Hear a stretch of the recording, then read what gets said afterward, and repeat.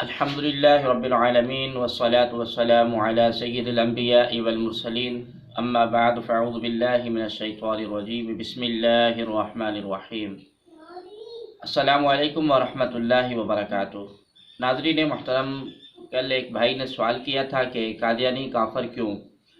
اس کی کچھ وجوہات ہم نے عرض کر دی تھی کہ وہ اللہ تبارک و تعالیٰ کے شان میں بھی گستاخی کرتے ہیں اور نبی کریم صلی اللہ علیہ وآلہ وسلم کے ختم نبوت کا بھی انکاری ہیں۔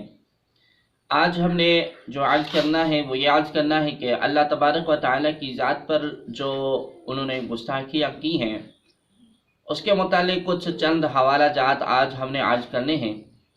ناظرین محترم، اللہ رب العالمین کی ذات وحدہ لا شریک ہے۔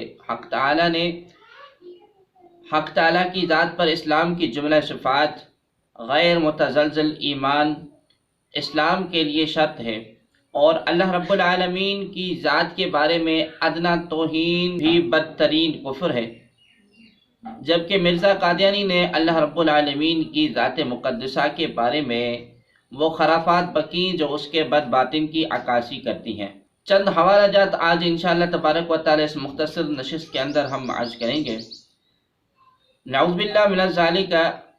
ناظرین محترم، یہ مرزا قادیانی لکھتا ہے کہ قیوم العالمین ایک ایسا وجود اعظم ہے جس کے بے شمار ہاتھ پیر اور ہر ایک عضو کثرت سے ہے، نعوذ باللہ، کہ تعداد سے خارج اور لا انتہا عرض طول رکھتا ہے۔ اور آگے لکھتا ہے نعوذ باللہ من الذالک کہ تیندوے کی طرح اس وجود اعظم کی بھی تاریں ہیں جو صفہ ہستی کے تمام کناروں تک پھیل رہی ہیں۔ بحوالہ روحانی خزائن، جلد نمبر 3 صفحہ نمبر 90۔ ناظرین محترم، اس عبارت میں مرزا قادیانی نے اللہ تبارک و تعالیٰ کی ذات مقدسہ کو نعوذ باللہ من ذالک تیندوے سے تشبیہ دی ہے، جبکہ قرآن کا اعلان ہے۔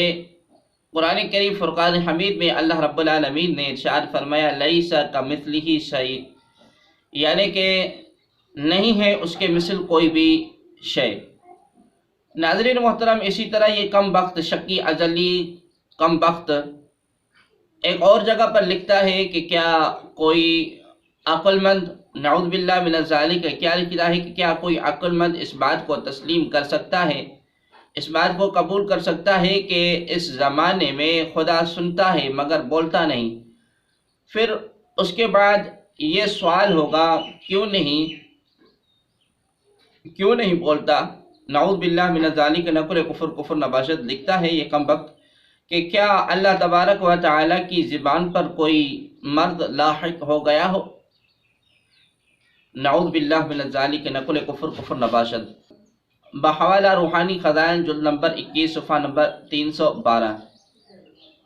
ناظرین محترم، اسی طرح یہ ایک اور جگہ پر یہ شکی ازلی کم بخت لکھتا ہے کہ وہ خدا جس کے قبضے میں ذرہ ذرہ ہے، اس سے انسان کہاں بھاگ سکتا ہے؟ آگے یہ کم بخت لکھتا ہے نعوذ باللہ من ذالک اللہ رب العالمین کی شان اقدس میں توہین کرتے ہوئے لکھتا ہے کہ وہ فرماتا ہے کہ میں چوروں کی طرح پوشیدہ آؤں گا، نعوذ باللہ من ذالک نقل کفر نباشد۔ روحانی خزائن، جلد نمبر 20 صفحہ نمبر 396۔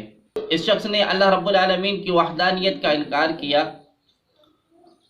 جبکہ اللہ تبارک و تعالی نے قرآن مجید میں جا بجا اپنی وحدانیت کے دلائل کا ذکر کیا ہے اور ہر طرح کے رشتے سے نہ صرف برات کا اعلان کیا بلکہ جن لوگوں نے خدا کے سوا خدا کی اولاد وغیرہ کا عقیدہ بھی گھڑا ان کی سخت تردید کی، جیسا کہ سورۃ اخلاص توحید کی مضامین پر مشتمل ہے۔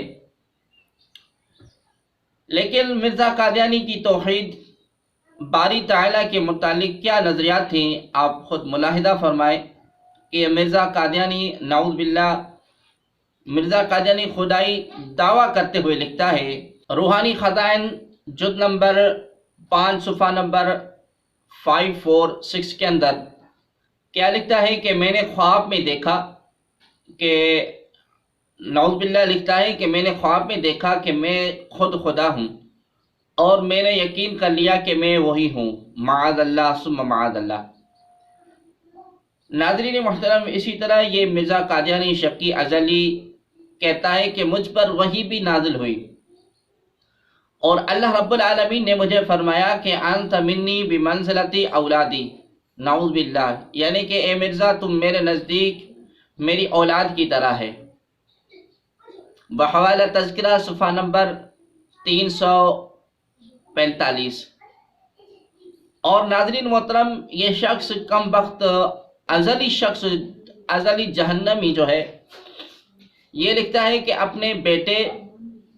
اپنے بیٹے کو خدا تعالیٰ سے تشبیہ دیتے ہوئے لکھتا ہے کہ خدا نے مجھے کہا کہ ہم ایک لڑکے کی تجھے بشارت دیتے ہیں جس کے ساتھ حق کا ظہور ہوگا، گویا آسمان سے خدا اترے گا، نعوذ باللہ من ذالک، نقل کفر نباشد۔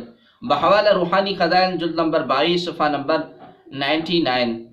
ناظرین محترم، آپ نے دیکھا یہ کس طرح جو ہے یہ شکی ازلی کم بخت جو ہے مرزا قادیانی اللہ رب العالمین کی شان اقدس میں توہین کر رہا ہے، اور اس شخص نے جیسے کہ اپنے آپ پر وہی نازل ہونے کا بھی اقرار کیا، تو اس میں یہ بھی ثابت ہو گیا کہ اس شخص نے شکی ازلی کم بخت شخص نے اپنے آپ کو نبی تصور کیا، اور جیسے کہ ہم نے پہلے عرض کیا تھا کہ یہ شخص جو ہے یہ سرور عالم صلی اللہ علیہ وآلہ وسلم کی نبوت کا انکار کرتا ہے اور اپنے آپ کو نبی مانتا ہے۔